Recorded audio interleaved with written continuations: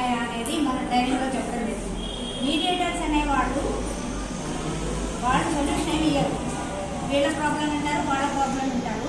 వాళ్ళ నుంచే సజెషన్స్ ఇస్తూ వాళ్ళ నుంచే సొల్యూషన్ కల్పించాలి. అది వాళ్ళ డ్యూటీ. అంతేగాని మామూలు చర్యలాగా ఆర్డర్ వేసేస్తాం, మీరు ఇట్లా చేయండి, మీరు అట్లా చేయండి అన్నానికి మీడియేటర్స్ అనేవాళ్ళు ప్రాబ్లం విని వాళ్ళ నుంచే సజెషన్స్, ఇట్లా చేస్తే బాగుంటుందా, అట్లా చేస్తే బాగుంటుందా, మీ ప్రాబ్లం ఎట్లా సెటిల్ అవుతుంది అనేది కొన్ని గైడ్లైన్స్ ఎట్లా చేసింది మనం. అలాగే పేషెంట్స్ వినాలి, వాళ్ళు చెప్పేది సొల్యూషన్స్ వైపు మనం వచ్చేస్తారు. మన దగ్గర జనరల్గా తెలుస్తారు మాకు ప్రాబ్లం ఉంది, మాకు ప్రాబ్లం. సొల్యూషన్ కూడా వాళ్ళ మైండ్లో నుంచే రావాలి అన్నది దీని యొక్క కాన్సెప్ట్. మీడియేటర్ అనేవాడు జడ్జిలు కాదు. అలాగే ఈ మీడియేటర్స్కి మనం ఏమీ ఐడెంటిటీ కార్డు ఇవ్వడం లేదు, కానీ దే ఆర్ సోషల్ వర్కర్స్, అంటే సమాజాన్ని సేవ చేయడం కోసం ముందుకు వచ్చిన వాటి. అలాగే పాతకాలంలో అయితే కొంచెం అటు ఇటు డబ్బులు తీసుకొని వాళ్ళు సెటిల్మెంట్ చేసేవాడు. మనం ఇప్పుడు బయట నడుస్తున్న కానీ దీంట్లో మీడియేటర్స్ ఎటువంటి అమౌంట్ని అటు పార్టీస్ నుంచి అడగడానికి లేదు. అటువంటి ఏమైనా కంప్లైంట్స్ వస్తే కూడా నేను పైకి ఇలాంటి క్రమంలో ఉంటుందండి.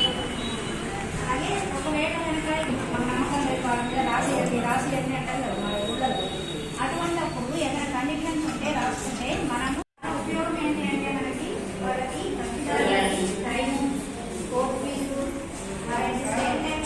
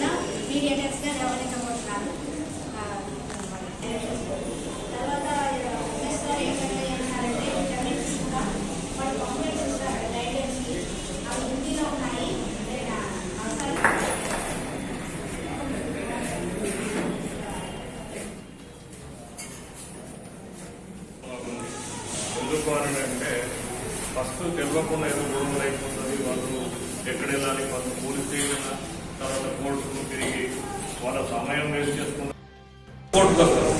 అంటే మనకు న్యాయస్థానాలలో కూడా కోర్టు కేసులు కూడా తగ్గుతూ ఉంటాయి దానివల్ల.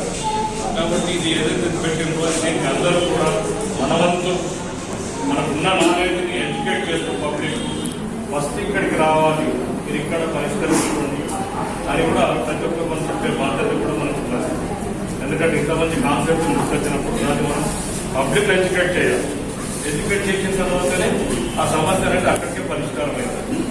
కాబట్టి వాళ్ళు కూడా దాని గురించి నాలెడ్జ్ ఏ విధంగా పరిష్కరిస్తారు, ఆ తర్వాత కోర్టుకు వచ్చి దాని లీగాలిటీ కూడా కల్పించడం అనేది చాలా మంచి పరిణామం. కాబట్టి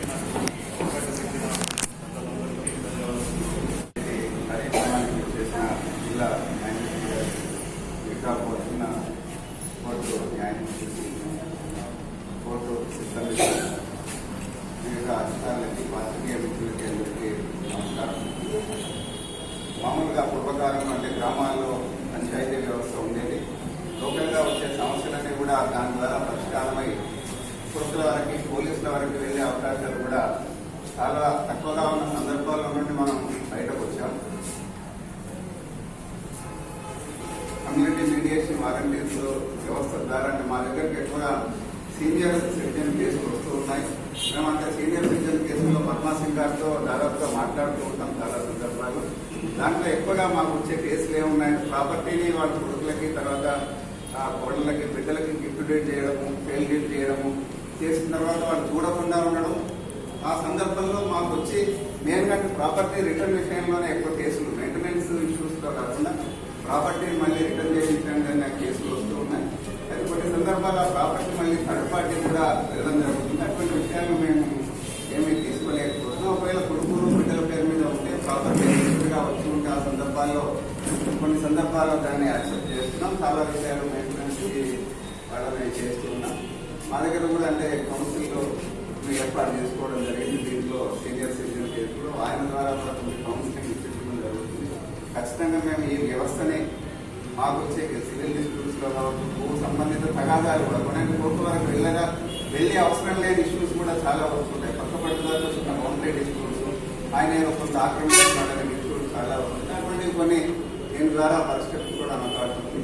ఖచ్చితంగా ఈ సర్వీసెస్ని మేము వాడుకుంటాం. మేము ఖచ్చితంగా వీళ్ళకి మా తరఫున అవసరమయ్యే సపోర్ట్ కూడా మేము చేస్తాం. వాళ్ళ సర్వీసెస్ ఎప్పుడైనా ప్రాపర్టీ మన పిల్లలకి రాసేటప్పుడు మమ్మల్ని మేము పోయేదాకా చూస్తేనే ప్రాపర్టీ మీకు చెందుతుందని ఒక బాడీ యాడ్ చేయాలి. దీంట్లో చేస్తే ఇన్ కేసు తర్వాత వాళ్ళు ఎక్కడనే అమ్ముతున్నారంటే మీకు చేయగలుగుతున్నాం. కాబట్టి సీనియర్ సిటిజన్స్కి ఒక అవగాహన కలుగుతారు. నేను మా కోసం చేస్తాను కాబట్టి మేము తీసుకున్నాము అనేది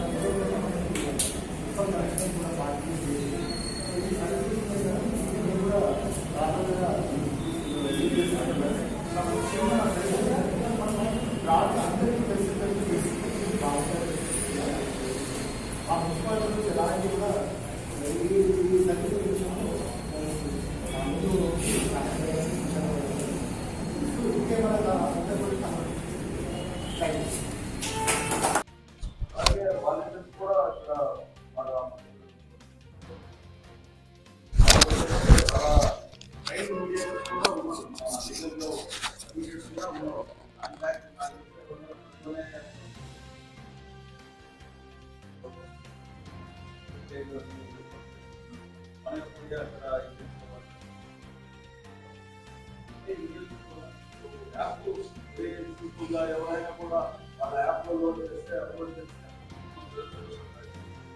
వాళ్ళే ఆన్సర్ ప్రజలుగా ఎక్కడ ఉంటే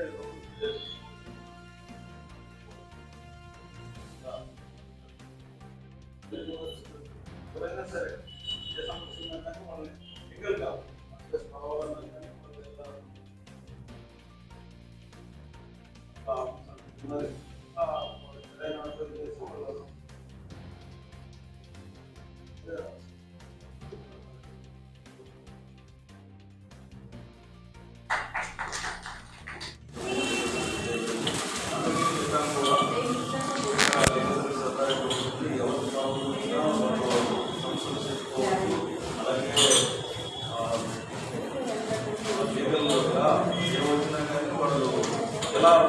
సమస్యలు చూసుకోవాలి అనే దానికి కూడా వాళ్ళకి అడ్వైజర్ ఇవ్వడం జరిగి అలాగే అవసరమైతే రెగ్యులేటర్ ప్రొవైడ్ చేస్తారు. ఇవన్నీ కూడా చెప్తాం.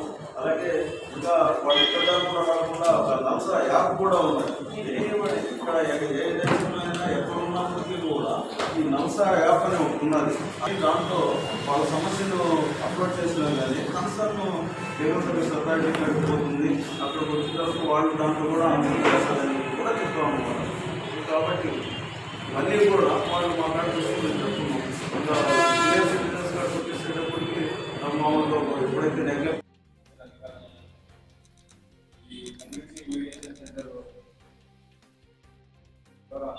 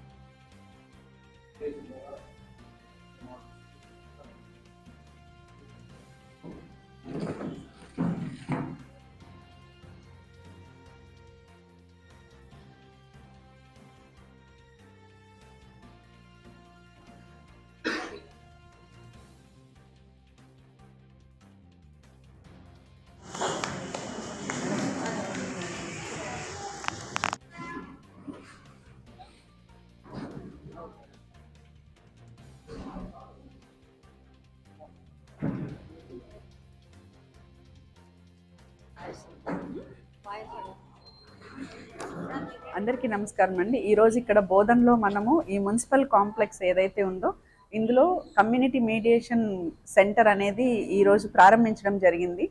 ఈ మీడియేషన్ సెంటర్ ప్రారంభించడం వెనక ఉద్దేశం ఏంటంటే ఇక్కడ ఈ సెంటర్లో ఒక 4 కమ్యూనిటీ మీడియేటర్స్ ఉంటారండి. ఈ కమ్యూనిటీ మీడియేటర్స్ ఏంటంటే మనకి ఏదైనా కుటుంబ తగాదాలు కానివ్వండి, భూ తగాదాలు కానివ్వండి, ఏమైనా చిన్న చిన్న సమస్యలు మన కుటుంబాల్లో వస్తే ప్రతి సమస్యకి పరిష్కారం పోలీస్ కేసు కాదు కాబట్టి చిన్న చిన్న గొడవలు మనము ఇక్కడే రాజీ చేసుకునే అవకాశం ఉంటుంది. ఎవరైనా సర్ది చెప్తే రాజీ పడే అవకాశం ఉంటుంది కాబట్టి ఈ మీడియేషన్ సెంటర్స్ అనేవి ఎస్టాబ్లిష్ చేయడం జరిగింది. సో ప్రజలందరూ కూడా ఈ విషయాన్ని గుర్తించి వాళ్ళకి ఏమైనా చిన్న చిన్న సమస్యలు ఉంటే రాజీ పడదగ్గ కేసులు ఉన్నా కానీ అసలు ఒక సమస్యకి ఎట్లాంటి పరిష్కారం వస్తుంది, ఎలాంటి పరిష్కారం ఉంటుంది అని తెలుసుకోవాలి అని అనుకున్నప్పుడు కూడా ఈ మీడియేషన్ సెంటర్కి రావచ్చు. ఇది వారంలో వర్కింగ్ డేస్ అన్ని రోజుల్లో మీడియేటర్స్ ఇక్కడ అవైలబుల్ ఉంటారండి. పొద్దున్న 10:30 నుంచి సాయంత్రం 5 వరకు మీడియేటర్స్ అవైలబుల్ ఉంటారు. మనకి అంటే ఎక్కువ మంది వస్తే వాళ్ళు అవసరమైనప్పుడు ఖచ్చితంగా వాళ్ళకి కూర్చోబెట్టి వాళ్ళ సమస్య విని దానికి ఏమన్నా పరిష్కారం చూపెట్టేదానికి అవకాశం ఉంటుంది. అంటే చాలా సమస్యలు ఎట్లుంటాయంటే అనవసరంగా అంటే చిన్న చిన్న ఈగోస్కి వెళ్ళి అంటే నువ్వు చెప్తే నేనెందుకు వినాలి, ఇట్లాంటి ఒక చిన్న చిన్న సమస్యలతోనే ఒక చిన్న గొడవని పెద్ద సమస్యగా చేసుకోవడం అవుతుంది. అట్లాంటివి ఇద్దరిని కూర్చోబెట్టి మాట్లాడి నచ్చజెప్పి ఒక కుటుంబాన్ని కలిపి ఉంచగలిగే పరిస్థితి కోసం ఈ మీడియేషన్ సెంటర్స్ అనేవి అన్ని ప్లేసెస్లో కూడా ఎస్టాబ్లిష్ చేయడం జరుగుతుంది. సో మొట్టమొదటిగా మన నిజామాబాద్ జిల్లాలో ఈ బోధన్లోనే ఈరోజు ప్రారంభించడం జరిగింది. సో బోధన్ ప్రజలందరినీ కూడా మేము కోరుకునేది ఏంటంటే చిన్న చిన్న తగాదాలని పెద్దవి చేసుకుని కుటుంబం విచ్ఛిన్నం కాకుండా చూసుకోవాల్సిన బాధ్యత అందరి మీద ఉంది. కాబట్టి అలా మీరు పరిష్కరించుకోలేని సమస్యలు ఏమైనా ఉన్నాయి అని అంటే వాటిని తీసుకొని ఈ మీడియేషన్ సెంటర్కి వస్తే మా దగ్గర 4 మీడియేటర్స్ ఉన్నారు. అందులో ఒక మహిళ కూడా ఏమన్నా ఉంటే కూడా మీరు నిర్భయంగా వచ్చి ఇక్కడ మాట్లాడచ్చు. ఈ మీడియేషన్ కమ్యూనిటీ సెంటర్ని దీనివల్ల వచ్చే ఉపయోగాలని కూడా ప్రజలందరూ కూడా సద్వినియోగం చేసుకోవాలని కోరుకుంటున్నాను.